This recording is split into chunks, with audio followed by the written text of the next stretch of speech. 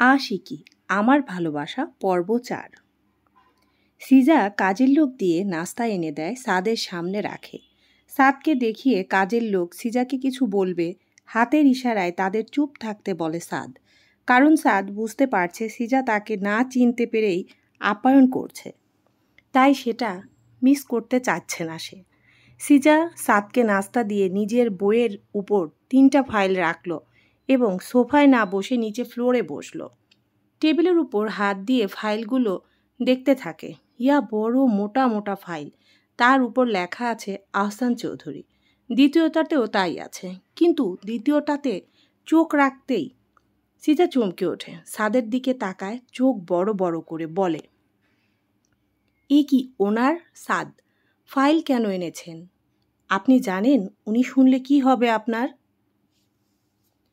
কথাগুলো বলে সিজা আবার ফাইলের দিকে তাকায়। সাদ খানিকটা কৌতূহল বসে বলে, কেন, কি হবে?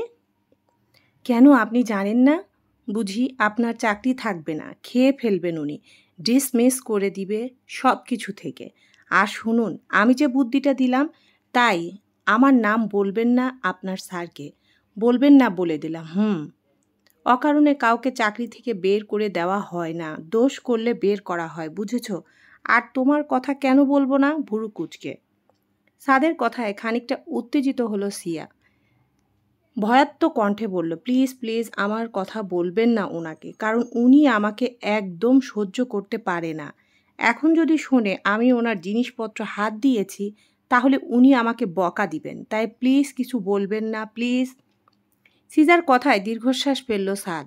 আস্ত একটা মানুষকে পোড়াচ্ছে, অথচ সে কিছুই বলছে না।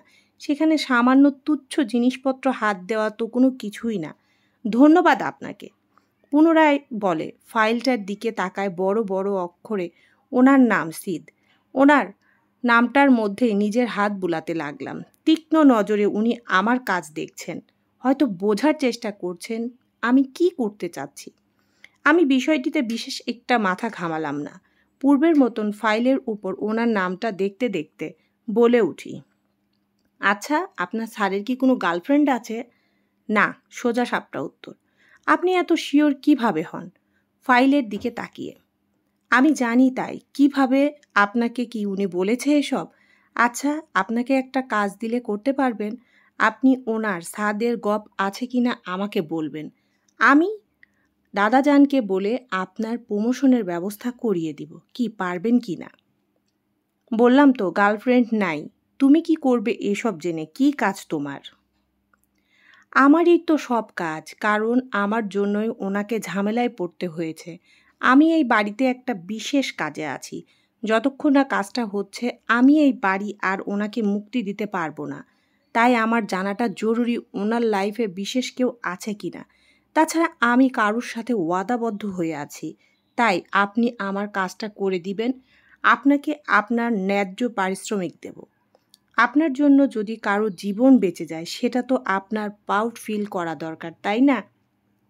কথাটা বলে আমি আবার কোনো দিকে না তাকিয়ে উঠে দাঁড়িয়ে নিজের রুমে যেতে যেতে বলে উঠি, আমি আশায় রইলাম। কাল আমাকে জানাবেন অবশ্যই। দাদাজানকে বললেও হবে, দাদাজান আমাকে বলে দিবে। বলেই চলে আসলাম নিজের রুমে, বিছানায় গা এলিয়ে দিলাম। এই মুহূর্তে ভীষণ ঘুম পাচ্ছে আমার। বর্তমানে ভার্সিটির ক্যান্টিনে বসে আছি আমি। আমার সাথে বসে আছে লিমা আর পিয়া। আমরা তিনজনের গল্পে মেতে উঠেছি। আমাদের আলোচনার বিষয় হলো স্বাধীনতা নিয়ে। ওরা নিজেরাই নিজেদের কাজ করে থাকে, তাদের কেউ কিছু বলে না, ফ্যামিলিও প্যারা দেয় না। নিজেদের মতো করে শপিং, আউটিং, ডেটিং সব কিছু করে, নিজের মর্জি মতো করে থাকে। ওদের স্বাধীনতায় কেউ হস্তক্ষেপ করে না। আমি এসব নীরব শ্রোতার মতো স্মরণ করছিলাম। কৌতূহল জাগলো হলো যে আমি আমার স্বাধীনতা ব্যবহার করতে পারি। আমার স্বামী আমাকে স্বাধীনতা দিয়েছে, তাহলে সেটা আমাকেও ব্যবহার করা দরকার, তাই না? তাই। আর সেই বা কি ভাববেন যে আমি স্বামীর একটা কথাও শুনি না, বেয়াদব বউ আমি। আচ্ছা যাই হোক, ভুল মানুষেরই হয়, আমারও হয়েছিল। এখন ভুল শুধরে নিলেই তো হচ্ছে, তাই না? আমাকে ওনার কথা শুনতে হবে। অনেক অমান্য করেছি ওনার কথা। আর না, আমি হলাম ওনার আদর্শ বউ। উনি তো আমাকে প্রথম দিনই স্বাধীনতা দিয়েছিল। আমি সেটা অমান্য করে কোথাও একা একা যাইনি। আমার অপরাধ, কিন্তু আজ তো যেতে পারি। স্বাধীনতা অর্জন করেছি, আর তা ব্যবহার করব না। যাই হোক, যে ভাবনা অনুযায়ী কাজ। আমরা তিনজন মিলে ঠিক করলাম যে আজকে সারাদিন ঘুরব। প্রথমে শপিংয়ে যাব, তারপর আউটিংয়ে যাব। তাই যে ভাবা সেই কাজ, কিন্তু বিপত্তি ঘটল আমাকে নিয়ে। কারণ আমার পেছন পেছন ছুটছে 2 বডিগার্ড আর ড্রাইভার, কিন্তু আমি তাদের কিছুতেই আমার সাথে নিয়ে আমার স্বাধীনতার অপব্যবহার করতে পারবো না। তাই আমি তাদের তিনজনকে একসাথে বলে উঠি, আপনারা বাসায় চলে যান, আমাদের সাথে নিতে পারবো না আপনাদের। একজন বডিগার্ড বলে, সরি ম্যাম, আপনাকে একা যেতে দিতে পারবো না। আপনার যেতে হলে আমাদের নিয়ে যেতে হবে, নয়তো আপনি আমাদের সাথে বাসায় চলুন। বডিগার্ডের কথাগুলো আমার পছন্দ না, তাই তখনই আর আমি বলে উঠি, একদম না, আপনাদেরকে আমি নিয়ে আমার স্বাধীনতা অক্ষুণ্ণ রাখতে পারবো না। আপনারা বাসায় যান, আমি দাদা দাদির সাথে কথা বলে নিব, যান। বডিগার্ড বলে ওঠে, সরি ম্যাম, স্যারের নিষেধ আছে আপনাকে যাতে একা না ছাড়ি আমরা। বললাম তো আমি দাদাজানের সাথে কথা বলে নিব। দাদাজান কিছু বলবে না আপনাদের, যান। বস রেগে যাবেন, বসের আদেশে আপনাকে ভার্সিটি থেকে সোজা বাসায় নিয়ে যেতে হবে। আমরা তা না করি তো আমাদের কারোরই চাকরি থাকবে না ম্যাম। আমি বলে উঠি, বস? এই বস আবার কে? ভুরু কুচকে।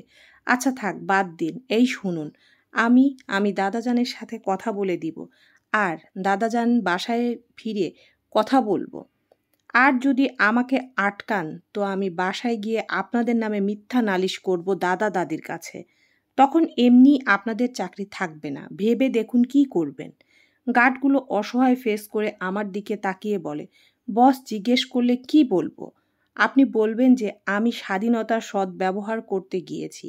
বলে পিয়ার হাত ধরে কাউকে কিছু বলতে না দিয়ে পিয়াদের গাড়িতে উঠে বসি। আমরা তিনজন এখন একটু ফ্রি, শান্তিতে একটা নিঃশ্বাস ফেলি। কারণ আমি এই প্রথম ঢাকা শহরে একা একা বের হলাম। এখানে এসেছে 3 মাস হয়েছে, কিন্তু কোথাও একা বের হইনি। প্রথম ভার্সিটিতে একা আসা থাকলেও পরে আর পারিনি। কেন পারিনি জানি না। অজানা এক কারণে হঠাৎ করে দাদাজান আমার সাথে বডিগার্ড দিয়ে দেন। আমিও কিছু বলিনি অবশ্য। এসব ভাবতে ভাবতে গাড়ি এসে থামে শপিং মলের সামনে। আমরা তিনজন গাড়ি থেকে বের হয়ে যাই। সোজা শাড়ির দোকানে ঢুকলাম। সেখান থেকে পছন্দ মতো 2টো শাড়ি কিনলাম। আমি জিনিস পছন্দ করতে পারি না বলে আর কিছু কিনলাম না, কারণ আমার সব কিছু দাদি পছন্দ করে কিনে দেয়। আমি 2টি শাড়ি কিনলাম, একটা দাদির একটা আমার। সুন্দর দেখে একটা ব্রোঞ্জের ব্যান্ডের ব্রাশ কিনলাম। দাদা জানেন সবসময় এগুলো পরে থাকেন কোটের সাথে।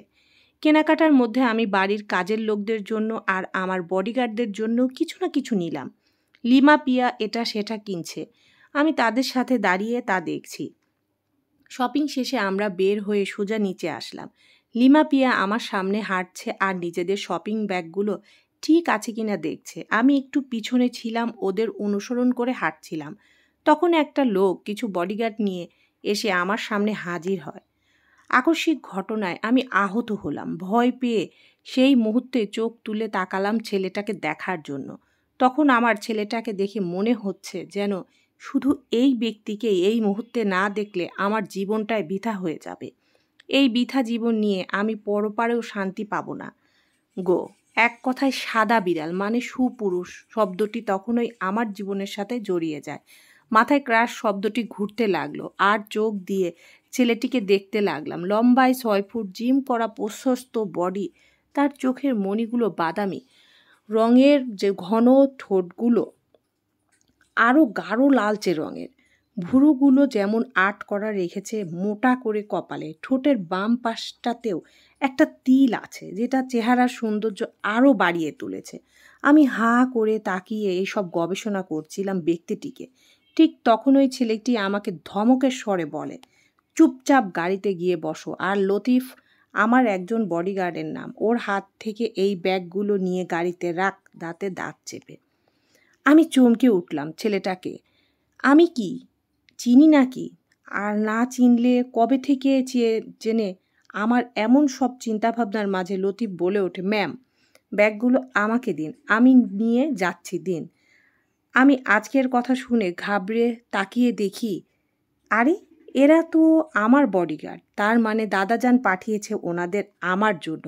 আমি তো ফোন করি নাই, তাই হয়তো বডিগার্ড পাঠিয়েছেন। টেনশনে আমি বলে উঠি, দাদাজান পাঠিয়েছেন আপনাদের? আচ্ছা, এবার আমি আরও ঘুরবো ফ্রেন্ডসদের সাথে। আমি এক্ষুনি দাদাজানের সাথে কথা বলে নিচ্ছি ফোনে, কেমন? আপনারা যান। বলেই ফোনটা হাতে নিলাম কল করার জন্য। তখন ওই সামনে থাকা সুদর্শন পুরুষটা আমার হাত থেকে ফোনটা কেড়ে নিয়ে আছাড় মারল ফ্লোরে। যা হওয়ার তাই হলো, সঙ্গে সঙ্গে আমার ফোনটা শেষ হয়ে গেল ভেঙে। আমি ভয় পেয়ে ফোনটার দিকে তাকিয়ে কাঁদো কাঁদো হয়ে আবারও ছেলেটাকে বললাম, কি সমস্যা? কি আপনি আপনার কখন থেকে টানাটানি কাড়াকাড়ি করছেন আমার সাথে? এবার ফোনও তো অন্যবার আমাকে। কি চাই আপনার? আমার ফোন ভাঙলেন কেন? এর আগেই স্বরে সুন্দর পরিষ্কার তৎক্ষণাৎ বলল, গাড়িতে বসো। এই কে আপনি? হ্যাঁ, কেন যাব আমি আপনার সাথে? আমার স্বাধীনতা দিবসের দিনের হস্তক্ষেপ করছেন বাজে লোক। কিসের স্বাধীনতা? বিরক্ত নিয়ে বললাম, যেটা আমি অর্জন করেছি সেই স্বাধীনতা। কবে জান দিয়েছেন? নিজের জান স্বাধীনতা অর্জন করলেন?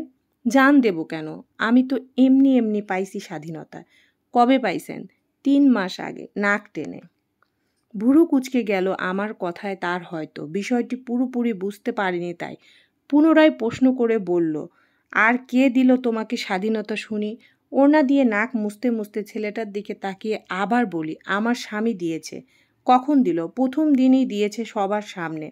বলেছেন আমি আমার মতো করে থাকতে পারবো, যা খুশি করতে পারবো, যেখানে খুশি যেতে পারবো। তিনি আমাকে সেই স্বাধীনতা দিয়েছেন, তাই তো আমি আমার স্বামীর কথা পালন করছি আর নেকির খাতা ভারী করছিলাম। কিন্তু আপনি এখন এসে আমায় আটকাচ্ছেন, আমার স্বাধীনতায় হস্তক্ষেপ করছেন। বলুন, এটা কি ঠিক? আমাকে আর কিছু বলতে না দিয়ে টানতে টানতে গাড়ির দিকে নিতে নিতে সুন্দর ছেলেটা বলে ওঠে, তখন ছিল শুধু সার অংশ, আর এখন সার মর্ম মিলে ভাব সম্প্রসারণ হয়ে গেছে। তাই আমাকে বুঝতে দাও বাকিটা কি হবে। তোমার না ভাবলেও চলবে। টানা 20 মিনিট গাড়ি চলল। কিছু বললাম না আমি। রাগে আর কষ্টে কথাও বললাম না। তিনিও কোনো কথা বলেনি, তা আমি জানি না, তবে গম্ভীর মুখে আমার পাশের সিটে গা এলিয়ে বসে আছেন। আমায় বাসার সামনে নামিয়ে দিয়ে পুনরায় গম্ভীর কণ্ঠে বললেন, আজ যেটা করলে ভবিষ্যতে এমন কিছু করার দুঃসাহসও করবে না কখনো। যাও, বাসায় যাও, বলে গাড়ি নিয়ে চলে গেল। আর আমি তাকিয়েছিলাম ওনার যাওয়ার দিকে। আজব লোক একটা। এদিকে সিজা যাওয়ার পর বডিগার্ডরা সাদকে কল করে। সাদ তখন অফিসের চেয়ারে বসে পায়ের উপর পা তুলে এক হাত চেয়ারের উপর রাখে, অন্য হাতের 2 আঙ্গুল মুখের উপর রেখে গম্ভীর মুখে ক্লায়েন্টদের সাথে জরুরি মিটিংয়ে ব্যস্ত ছিল। হঠাৎ কল আসায় বিরক্তি নিয়ে একবার তাকায় সেদিকে, কারণ সাদের ফোনটা ভাইব্রেশন করছিল। সাদের সামনের টেবিলে ফোনের স্ক্রিনে তাকিয়ে হাতে ঘড়ির উপর নজর রাখলো। এই অসময়ে সিজার বডিগার্ড কল করেছে দেখে হাতের ইশারায় সবাইকে চুপ করিয়ে কল রিসিভ করলো। তখন ওই সিজার বডিগার্ড লতিফ সাদকে জানায়, বস, ম্যাম তো স্বাধীনতা রক্ষা করতে একা একাই চলে গেল ওনার ফ্রেন্ডসদের নিয়ে। আমাদেরকে পর্যন্ত সাথে নিয়ে যায়নি। লতিফের কথা প্রথমে বুঝতে না পেরে কপাল কুঁচকে প্রশ্ন করে সাদ, কিসের স্বাধীনতা? বস, ম্যাম বলল উনি নাকি আজকে স্বাধীনতার সৎ ব্যবহার করবেন, তাই উনি আউটিংয়ে গেছেন একা একা, আমাদের পর্যন্ত সাথে নিয়ে যাননি।